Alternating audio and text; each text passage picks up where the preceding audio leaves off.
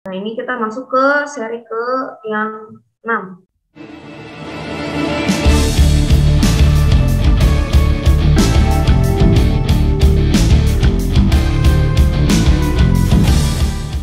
Nah, untuk yang ke-6 ini udah berganti jenis teks, yaitu text explanation, if I'm not mistaken. Teks eksplanasi, ya, teks eksplanasi. Teks eksplanasi itu dia fungsinya to tell process and explain how something happened. Ya, to tell how something happened. Atau why and how sesuatu itu bisa terjadi. Jadi bukan hanya tentang bencana alam, tapi juga tentang hal-hal yang ada di sekitaran kita itu bisa pakai teks eksplanasi, teks penjelasan, kurang lebih seperti itu. Oke, kita lihat nomor 1. What is the main idea of paragraph 3? Oke, langsung ketiga berarti ya yang ini. The central switching station, which handles calls in certain given area, is directed connected to the wire-based telephone system. Cellulars are picked up by the towers and relayed to another cellular telephone user or the user of wire-based telephone network.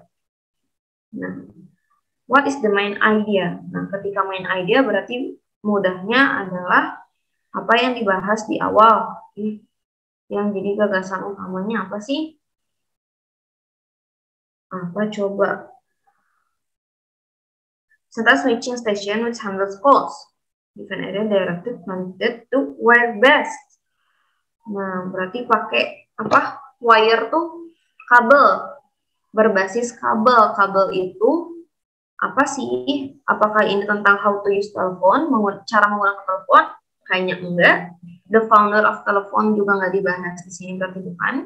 The part of telephone it could be, karena tadi ya kabel telepon. Terus ada function of telephone, nggak ada juga di sini, nggak ada fungsinya. Maksudnya nggak ada disampaikan di paragraf 3 ini fungsi tentang telepon, no. Or even how to make the telephone. So the answer ini sudah dipastikan yang ini. Yes, Nazwa, betul. Thank you, Nazwa. Ini ya. Nah, sekarang pertanyaannya, what is cell phone? What is cell phone? Karena ini membicarakan tentang cell phone, ya, si teksnya. Tadi ini udah sebut, kalau misalnya kalau struktur paling awal, itu dia punya fungsi dan tanggung jawab untuk menjelaskan objeknya apa, atau mungkin apa yang terjadi, atau siapa pemerannya. Pokoknya intinya adalah pengenalan. Berarti kalau ada yang kayak gini, what is cell phone, karena ini tentang barang yang dibahas dalam teks ini, berarti kemungkinan besar ada di paragraf pertama. Coba dibaca di paragraf pertama, apakah ada atau tidak jawabannya. Coba kita lihat. Nah, a cell phone is a great gadget in this modern world. What is a cell phone? Nah, ini ada pertanyaan. What is a cell phone? Cell phone is actually a radio in certain way. Jadi kurang lebih ya sebenarnya cell phone itu adalah radio. Katanya tuh begitu. Ada jawabannya? Ada ya? Nah, langsung ada jawabannya. Gitu. Asal kita tahu letak-letaknya di mana. Gitu. Terus what is the text about? Ini still the same. What is the text about? Berarti menanyakan, ini teksnya nyeritain apa sih? Berarti ada di paragraf pertama ya, lagi. Tentang cell phone. Apakah tentang founder cell phone? Tidak, bukan. Apakah tentang bagian dari telepon? Tidak, bukan. Apakah tentang sejarah dari telepon? Bisa jadi. Bisa jadi, karena kalau kita baca lagi ya, ke bawahnya lagi. Million people use cell phone for communicate. Terus juga ada yang bahasan even nowadays, ada juga sedikit sejarah tentang Alexander Graham Bell, jadi sangat mungkin. D. How the telephone works? No, belum tepat. Jawabannya yang tadi, yang C. Yang ini nih, it's okay Nazwa. Ini ya. Jadi explanation juga sederhananya bisa digunakan sebagai teks. Apa yang menjelaskan sedikit kisah gitu ya.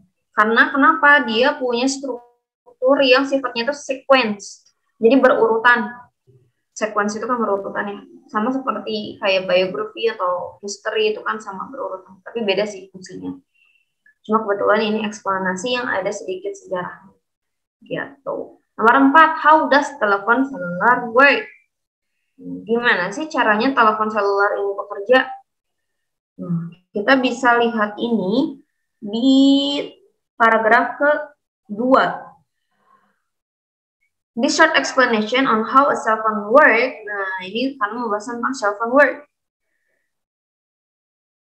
A cell phone, or in long-term cellular telephone, works by transmitting signals of radio to towers of cellular. Jadi apa jawabannya? Yos, betul. Jawabannya transmitting signal. Nice. Transmitting itu merubah ya. Mengirim dan merubah sinyal. Gitu. Oke, kita lanjut ke nomor 5. Nah, ini teksnya. Kejauhan. What is the purpose of the text? Nah, kalau ada soal seperti ini sangat benar-benar kalian bakal lebih mudah kalau kalian tahu itu tuh teks apa. Ya, makanya penting banget untuk kalian tahu jenis teks. Harus kenal jenis teksnya. Gimana sih Kak Dini kita cara ngenalin teks itu tuh masuknya ke apa? Kalau bahasa Indonesia ataupun Inggris sama, kalian bisa melihat dari kaidah kebahasaan dan juga strukturnya. Kalau strukturnya kalian masih bingung, kalian lihat dulu aja grammarnya. Grammarnya di sini kalau kita lihat sederhananya aja ya. Misal ini live satu, atau kalian kalau masih bingung, aduh aku bingung ini kalau nggak verb 1 takut verb 2, kalian lihat di sini mana ya. Nah, nih are late. Ini passive voice. Tapi lihat to be-nya. To be-nya adalah present ya. Are, am, is itu kan to be yang digunakan di present tense. Nah, berarti teks ini menggunakan present tense, berarti dia mengungkapkan fakta, ya kan? Nah, kira-kira isinya tentang apa sih? Apakah dia menjelaskan ataukah dia isinya apa? Kebetulan di sini kali ini kasih tahu ini adalah teks eksplanasi, masih sama teksnya, teks eksplanasi. Di dalam teks eksplanasi dia akan pakai bentuk ini ya, present, karena dia tuh mengungkapkan fakta seperti itu. Terus dia itu punya fungsi tadi ada dua, yang to tell the process dan juga explain how. Ini Kak Dini ngasih kata kunci, explain how something happen, how something occur, kurang lebih kayak gitu. Ini dari A sampai E, jawabannya yang mana? Kak Dini udah kasih clue tadi. How something happened. Coba. Dari A sampai E, jawabannya yang C. Kalau C ini to entertain. Entertain artinya menghibur readers with the knowledge. Nah, kalau eksplanasi dia nggak punya tanggung jawab untuk menghibur. Biasanya yang menghibur itu seperti naratif teks, bisa recount teks, hal-hal yang menyenangkan. Tapi thank you udah mencoba Najwa. Nice. Bukan yang E.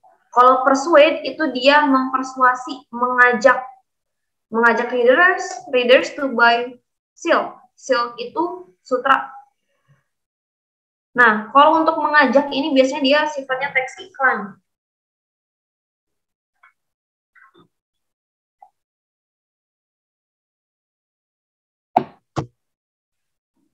Nah, ini sebenarnya jawabannya. Tadi udah ngasih clue. Sangat besar. To describe how silk comes into existence. Bagaimana sesuatu itu terjadi bagaimana sesuai itu ada gitu ya. Nah, ini nih jawabannya. Makanya tadi ya diingat-ingat tadi struktur dan fungsi berarti ya. Nah, tambahan tuh kaidah juga kalau bisa dihafalin. Terus ini how are the threads of the outside of the cocoon? Cocoon itu kepompong. Nah, ini kalian bisa jawabnya kalau dibaca. Ada di paragraf kedua. The caterpillar makes its cocoons using these strands. The threads on the outside of cocoons are rough. Rough. Ini langsung ada ya. Are rough. Berarti jawabannya yang C. Karena udah ada juga di teksnya. Oke, nomor 7. What are mulberry leaves for? Oke. Kalau ini sih kali ini saraninnya kalian baca dulu soal ya. Nanti tinggal nyari, oh mulberry. Cari yang ada mulberry-nya mana-mana, mulberry. Nah, nih. The eggs hatch into caterpillars. Eggs berubah jadi ulat. Which feed on. Yang mana dia itu makan mulberry leaves. Berarti mulberry leaves-nya buat apa? Apakah buat naro telur? Ataukah untuk menetaskan telur? Apakah untuk mengirimkan atau ngumpulin threads atau benang? Apakah untuk memutar apa ini teh tadi kepompong? Ataukah untuk memberi makan caterpillars? Tentu aja jawabannya yang A ya, untuk ngasih makan, sama kan, feeding. Which feed on mulberry leaves? Caterpillars feed on mulberry leaves. Berarti mulberry-nya buat ngasih makan atau buat makanan si ulat. Gitu. Nomor selanjutnya 8 sampai 10. Nah, nih.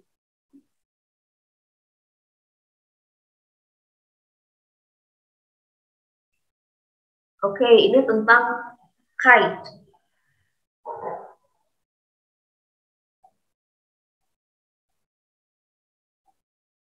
Tentang apa kite itu? Layang-layang. Kite is an object which is made from a light material stretched over a frame. Due to its light material, a kite will lift off the ground and fly when it is tilted into the wind. What media which is used by kite to fly? Media apa sih yang digunakan oleh layang-layang untuk terbang? Apakah dengan udara, dengan air, dengan tanah, kayak avatar ya? Dengan cahaya, apakah dengan angin? Oke, ini bedanya ada air dan wind. Bedanya kalau air itu kan dia udara ya. Udara.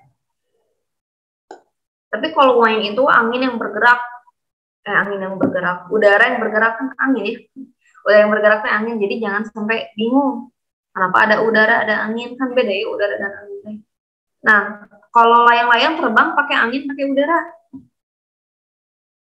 Pakai angin ya, tentu saja. Yoi, betul. Tentu saja pakai angin. Salah. Ini oke. Sekarang how many streams? Ada berapa streams itu? Apa sih namanya? Aliran, arus. Nah, ya. Stream itu arus. Berapa arus udara yang kita butuhkan kalau mau sih layang-layangnya terbang? Nah, ini kita lihat di sini. Coba tolong dibaca. A kite is uses wind to make it fly because it is heavier than air. Jadi butuh wind karena lebih berat daripada udara. Ketika angin bergerak ke permukaan layang-layang, itu terbagi menjadi dua arus udara. Arus yang pertama itu goes over the kite while the second string goes under the kite. Berarti ada dua ya. Ada dua. Oke. Ada dua streams. Terus yang ke nomor 10, berdasarkan teks, What is the function of kite at pass? Nah, ini langsung dibaca aja. Ketika baca soal, kalian lihat kata kuncinya. Ketika lihat di sini ya, maka kata kuncinya apa sih yang bisa dipakai? Kemungkinan besar adalah ini, kite at pass. Ini adalah kata kunci yang perlu kalian nanti cari ketika di teks. Jadi jangan baca teks semuanya. Cari aja kata kuncinya, dibaca secara cepat, baru dibaca secara detail kalau udah ketemu. Coba kita baca cepat ya, yang mana ada ini tuh fight at pass. Ini, ya. Cat have been known for 1,000 years. Nah, udah dikenal selama ribuan tahun si layang-layangku. Biasanya digunakannya untuk military atau kebutuhan penelitian. Itu kurang lebih. Nah, yang mana jawabannya? Dari A sampai E?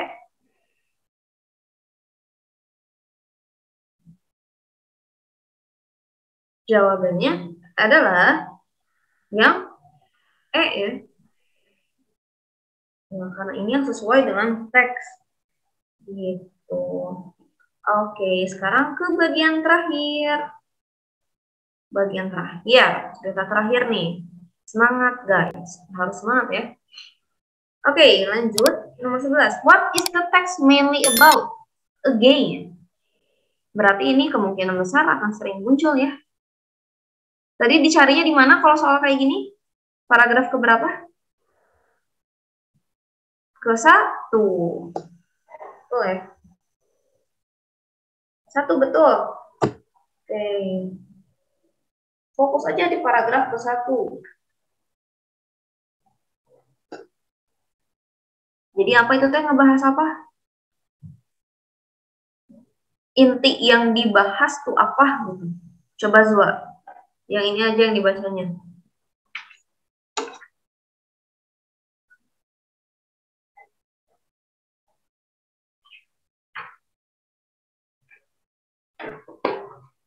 Acid rain is rain that is highly acidic because of sulfur oxides,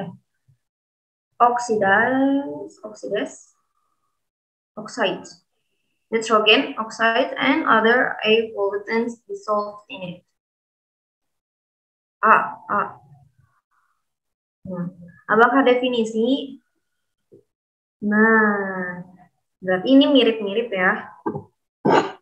Oke, definisi emang ada ya definisinya. Jadi ngejelasin apa sih si acid rain itu. Betul.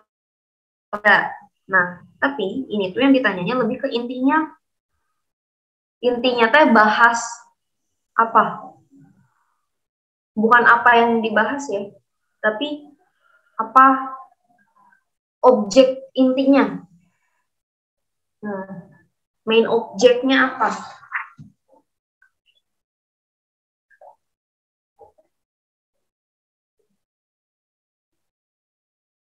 Sedikit lagi, bukan proses. Kalau proses, mungkin akan lebih panjang ya. Ini kan singkatnya. Jadi bukan proses, bukan definisi. D, ya betul. Nah, itu guys. Ini emang agak-agak tricky ya. Soalnya kalau definisi ini emang sangat-sangat dekat dengan teksnya. Karena emang ada. Ya deh ya. Kan ini isi itu juga menggunakan untuk menjelaskan seperti itu. Tapi main objeknya, again ya, main objeknya itu tentang acid rain. Itu jadi apa sih mainly-nya, intinya teh bahas apa sih gitu. Ya, acid rain baru dijelasin tentang apa-apa gitu. Nomor 12, the acid of normal rain is. Nah, ini ada juga masih di paragraf pertama. Coba dong siapa yang mau coba nih. Tadinya udah kasih tanda. Normal rain itu slightly acidic. Jadi sebenarnya hujan biasa, hujan normal juga itu tuh mengandung asam, cuma sedikit. With pH of 6. Acid rain may have a pH value as low as 2.8. Nah, ini jangan lupa tentang kimia juga ya. Soalnya ini bisa mengecoh sekali kalau kita rusuh jawabnya. B, Apakah B jawabannya? Ya, betul.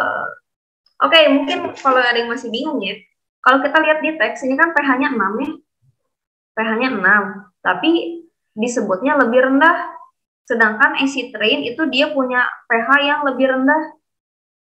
Ya kan? Nah, kalian ingat lagi sifat asam ya. Kak Dini juga sebenarnya udah lama banget sih nggak bahas IPA, tapi Kak Dini masih ingat kalau misalnya semakin rendah nomornya, kalau untuk yang asam itu kan berarti semakin tinggi ya sebenarnya. Semakin asam lah gitu kurang lebih. Nah, kalau 6 berarti itu normal kalau nggak salah ya. Iya sih. Pokoknya biasa aja gitu ya. Beda sama yang ini gitu loh. Jadi the acid of normal rain is lower. Lebih rendah daripada acid rain gitu ya. Oke. Pokoknya emang kalau ngerjain bahasa apapun itu jangan rusuh. Itu kuncinya. Nomor 13, what is the result of the burning of the coal and oil?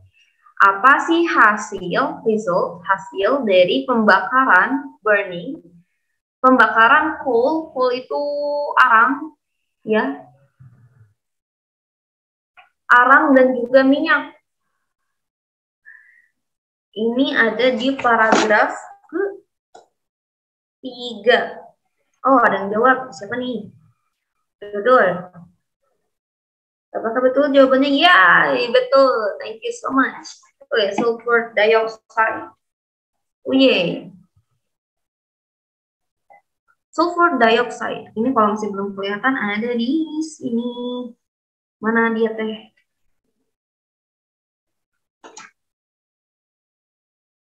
Wendy. Nah, ini.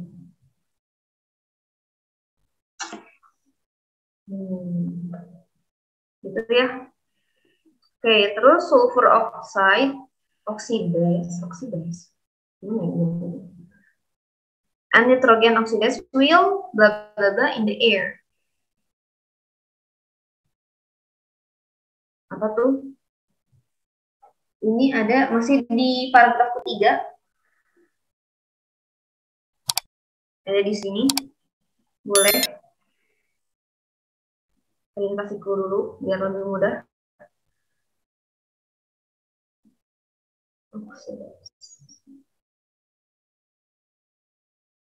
The gases may be dry, deposited, absorbed directly by the land, by lakes, by the surface vegetation. If they are in the atmosphere for any time, the gases will oxidize, gain an oxygen atom, and go into solution as acids. Jadi jawabannya adalah ini ya. Nah, ada kan jawabannya? Ada ini.